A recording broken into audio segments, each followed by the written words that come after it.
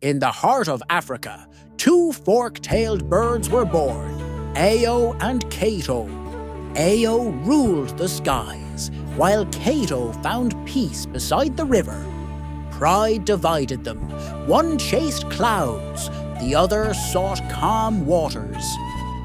A storm raged through the night, testing their strength and their hearts. When dawn came, they found each other, wiser, calmer, together.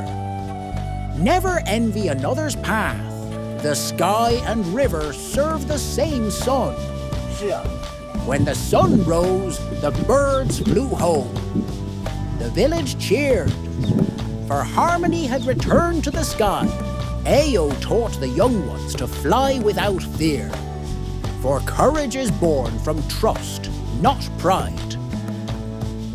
By the river, Kato sang softly, reminding all that peace flows only through gentle hearts. That night, an old elder spoke by the fire, telling children the tale of Ayo and Kato. And under the moon, the birds flew once more, their wings shining like hope across the night.